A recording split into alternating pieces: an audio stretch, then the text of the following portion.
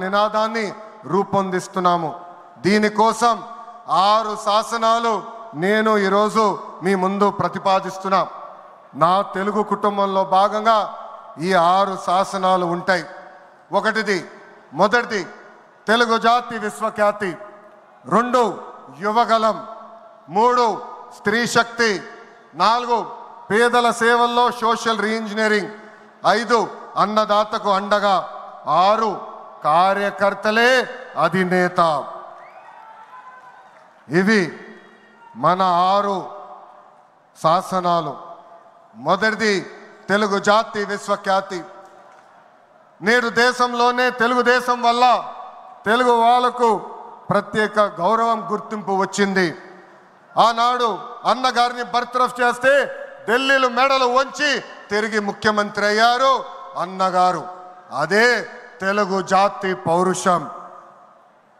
తెలుగు వారిని ప్రపంచంలో పెట్టింది మన చంద్రన్న. కులం, మతం, ప్రాంతం అతీతంగా అన్ని రంగాల్లో ప్రపంచంలోనే నంబర్ 1 స్థానంలో తెలుగు జాతి ఉండాలి. అన్ని రంగాల్లో మన తెలుగువారు ముందు ఉండాలి. ఇది ఎజెండాగా పెట్టుకుని మనందరం పని చేయాల్సిన అవసరం ఉంది.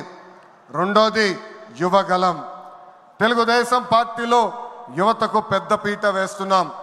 వేదికమైన మీరు చూస్తే అర్థమవుతుంది. మొన్న జరిగిన ఎన్నికల్లో 164 శాసనసభ్యుల్లో 88 మంది మొదటిసారి గెలిచిన శాసనసభ్యులు ఉన్నారు. క్యాబినెట్లో కూడా తీసుకుంటే 25 మంత్రులకి ఏకంగా 17 మంది మొదటిసారి మంత్రులుగా కూడా నియమించారు గౌరవ జాతీయ అధ్యక్షులు చంద్రబాబు నాయుడు గారు. సీనియర్ని, జూనియర్ని గౌరవిస్తాం, పనిచేసే వాళ్ళని ప్రోత్సహిస్తాం.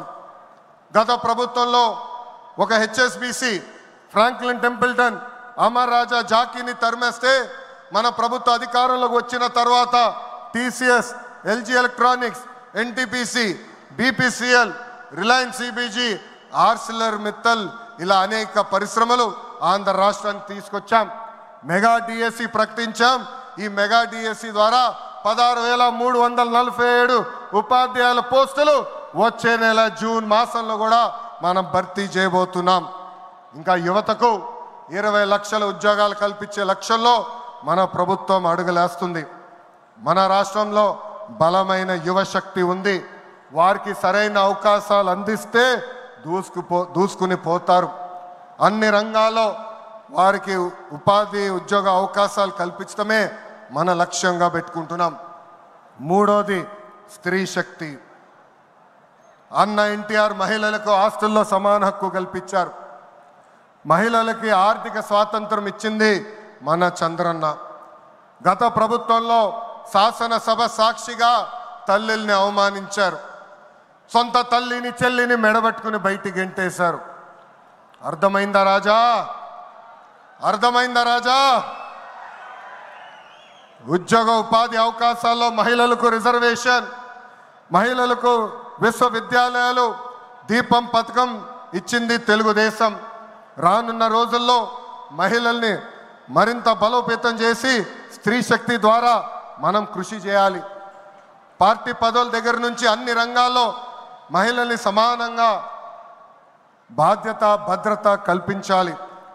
ఈరోజు నేను కొన్ని విషయాలు మీకు చెప్పాలనుకుంటున్నా. చట్టాలు, శిక్షల వల్ల సమాజంలో మార్పు రాదు. సమాజంలో మార్పు రావాలంటే మన ఇంట్లో మార్పు మొదలవ్వాలి.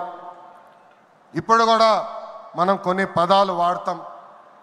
గాజులు తొడుక్కున్నావా, చీరలు కట్టుకున్నావా, ఆడపిల్లలాగా ఏడవద్దు, ఇలాంటి పదాలు మనం మానేయాలి. అప్పుడే మనం ఆశించిన మార్పు సమాజంలో వస్తుంది. నేను ప్రతిపక్షంలో ఉన్నప్పుడు ఆనాడు ఒక మహిళా మంత్రి నాకు చీర, గాజులు పెడతానని చెప్పారు. ఆనాడే చెప్పా ఆమెకి, చీర గాజులు పంపించండి, మా అక్క చెల్లెలకు పెట్టి వాళ్ళు కాలు మొక్కి ఆశీర్వాదం తీసుకుంటానని. నాలుగోది పేదల సేవల్లో సోషల్ రీఇంజనీరింగ్. పేదరికం లేని సమాజం తెలుగుదేశం పార్టీ లక్ష్యం. 2 రూపాయలకే కిలో బియ్యం, జంతా వస్త్రాలు, పక్కా ఇల్లు, పెన్షన్ ఇచ్చింది అన్న ఎన్టీఆర్. చాలీ చాలని పెన్షన్ 5 రెట్లు పెంచారు.